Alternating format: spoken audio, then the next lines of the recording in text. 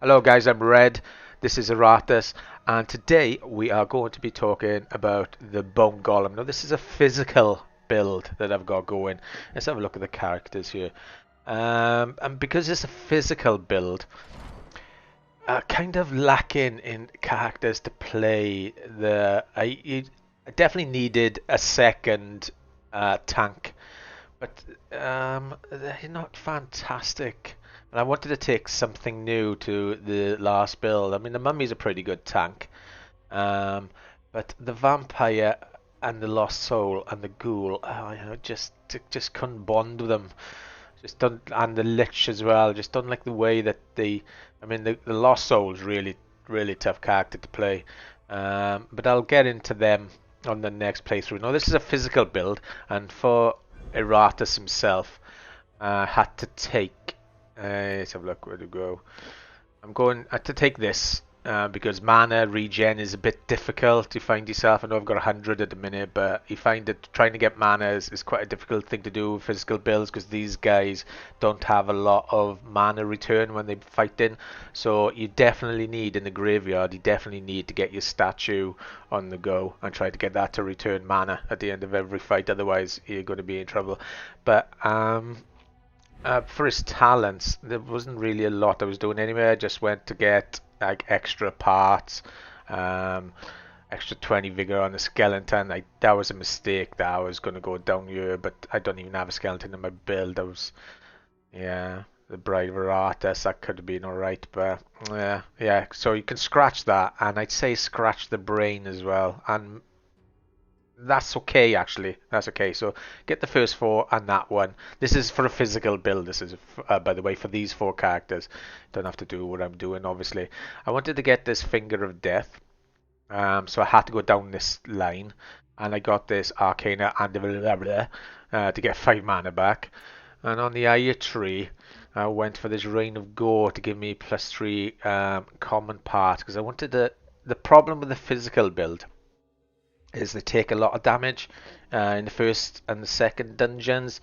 So getting them healed was a bit of a problem. And if you have to take a little look, the initiative is not great, and I needed to get it up fast. So you do have to put better items on these guys. Now, in my last playthrough, I didn't put purple items on. I wanted to do to see whether they like stock, but I had to do it this time because they were just getting beat up a little bit too much, uh, and so it's probably a good idea as well to get the mortuary, get an extra slot or two in the mortuary if you've got the characters, but you're definitely going to need two, and that's for sure.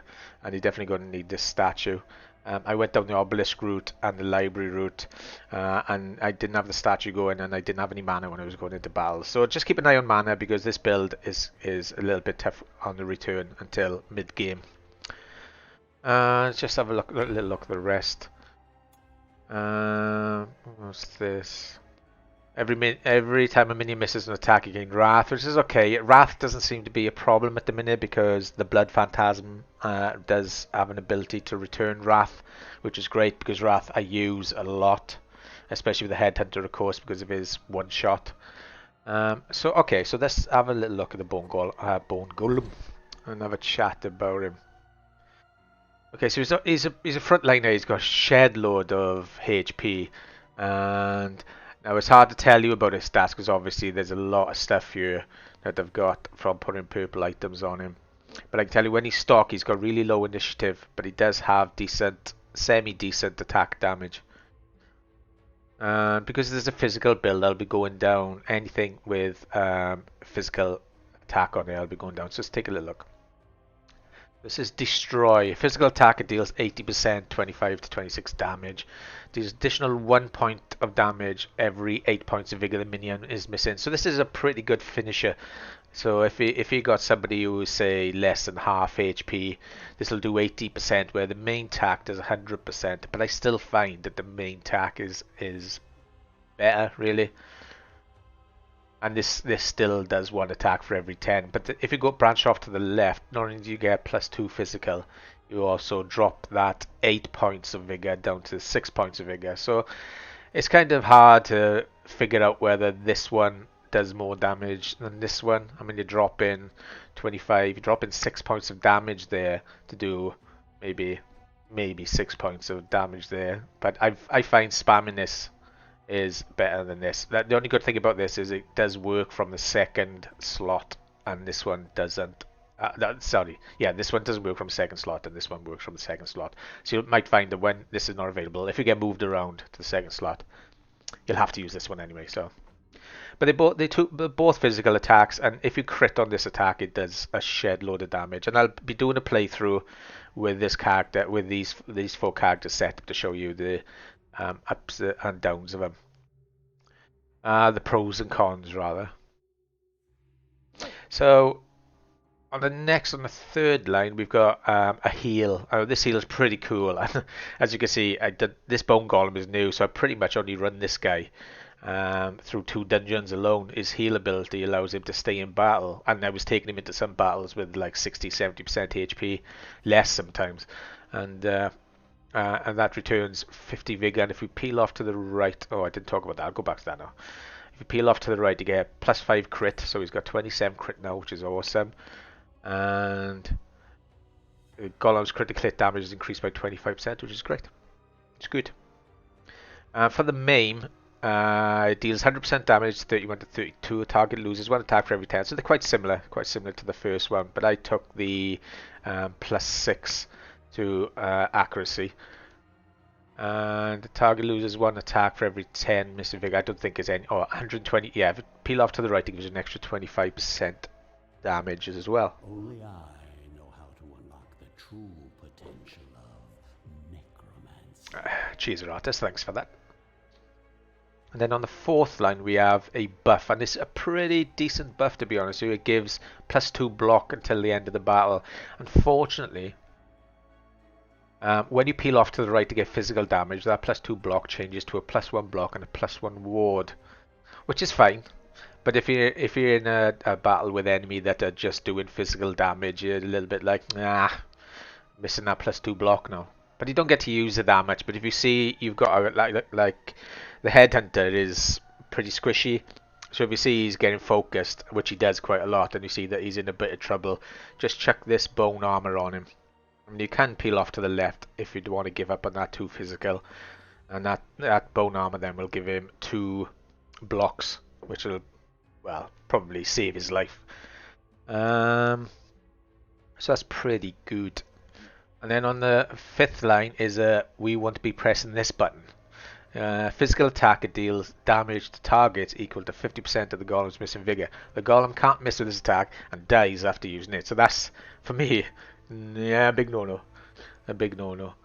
If you peel off to the left, a physical attack is the same thing and he still dies. And then the one to the right, he has a 50% chance to resurrect after the battle ends. Yeah, I don't like those odds. If it was like 99%, I'd be like, yeah, okay, that's pretty good. But this is not something we use a lot. And I went off to the left to get the luck so we can up our critical strike chance.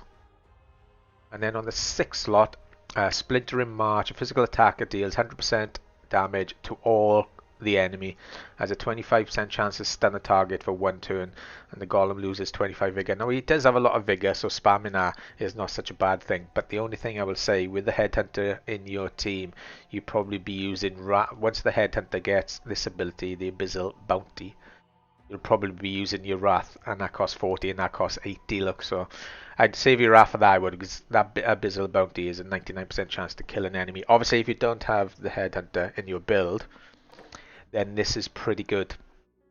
It's pretty good. Now, as you would have noticed, there's no magical attacks on this guy, and there's no dread attacks. So this isn't a stress build, and there's nothing really that returns mana back to Iratus. And he's got a pretty awesome self-heal. So he's self-sustaining, and he's pretty tanky. He's pretty awesome, to be fair. Best tank that I've played so far. And his damage is really good. Is really good. I put a sash on him, but I've got to the point now where I've got some initiative on my purple item, so I'm going to be dumping that, and I'm going to put a block on him, although he doesn't really need it. I might even put an extra 3 attack on him. So this sash can go now, but I had to put it on him initially because his initiative was quite low, and of course you want to get to that magic 8 number that I keep talking about. So I think that's generally it.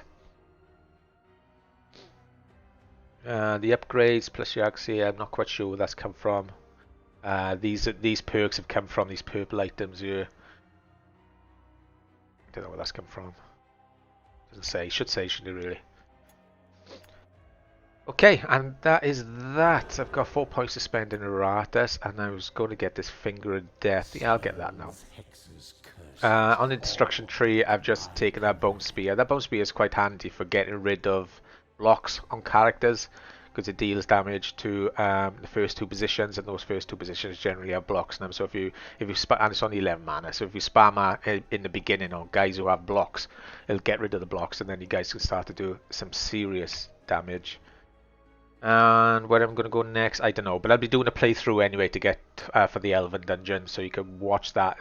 I'll put a link in the put a link below for the playlist. Go and click on it, take a little look. If you like what you see, have a little look at my page. If you like what you see, I'm trying to grow, so register or subscribe if you like what you see. And I'll catch you in the next video, which is going to be the Blood Phantasm, which I'm a little bit mixed about. But anyway, that's a different video. Okay, thanks for watching, guys. I'll see you real soon. Adieu.